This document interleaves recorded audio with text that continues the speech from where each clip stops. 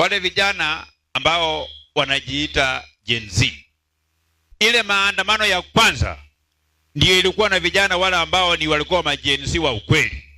Wale ambao walisema ile finance bill isipitishwe na rais akaondoa ile finance bill. Wale ma-Gen Z ambao walishiriki ile maandamano saa hii wako shule, wako wanafanya kazi. Wale vijana ambao wanatembea kwa barabara huko Nairobi wakiharibu mali ya wananchi, hao sio Gen Z, hao ni wahalifu. Wanagana washiko wakamatwe waende wafungwe. Huko Nairobi kuna mabilioni ya mali ya watu ambaye imeharibiwa. Mtu uko na duka yako, wakora wanaingia wanavunja, unarudi square zero.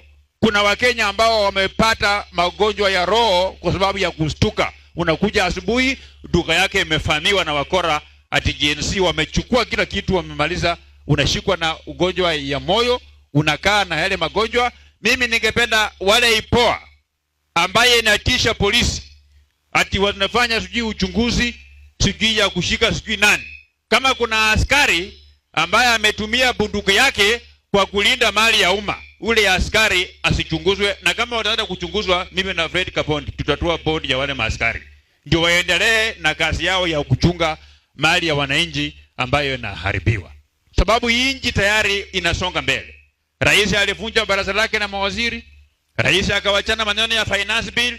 Mumesikia jana yule Raila Odinga. Mimi zamani nilikuwa sijaokoka, lakini juzi nimeokoka, nimemkaribisha Yesu kama mwokozi ya maisha yangu. Wakati nimeokoka jana nimeota ndoto usiku kwamba huyu mzee Raila Odinga ambaye zamani nilikuwa naona ni mtu mjinga, ambaye zamani nilikuwa nafikiria hii vitendawili haina maana, tukaita yeye mzee ya vitendawili. Ile alisema jana, sasa yule mzee ya vitendawili anabadilika jina kutoka kwa mzee ya vitendawili kwa mzee ya busara.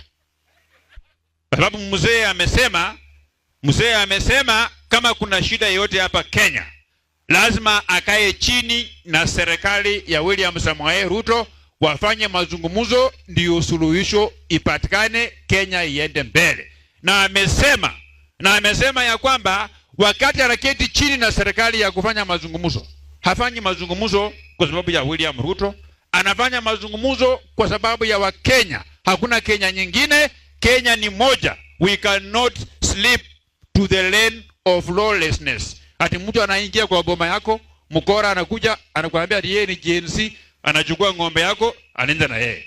Hata mwingine ameitisha mimi leo asubuhi, ananitumia message ati they are coming to occupy my house. Ati wanakuja kuchukua nyumba yangu, ati mpaka wachukue bibi yangu. Mimi nakaa mtu ya kunyang'anya bibi? Nyinyi mkiona mimi nakaa mtu ya kunyang'anya bibi?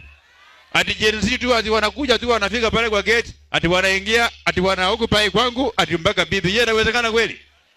So mimi nawaambia hii Kenya yetu hii Kenya si inji ya vijana wenye wako chini ya miaka 18 na miaka 26 peke yake. Hii Kenya ni ya kila mtu. Ukue miaka 10, ukue miaka 20, ukue miaka 50, ukue miaka 70. Hata wale ambao wako over 100. They require audience from this government. Kwa hiyo mimi nawaambia vijana wa Kenya wakuwe na tabia mzuri kama ya vijana wadogo wa hapa Mount Elgon.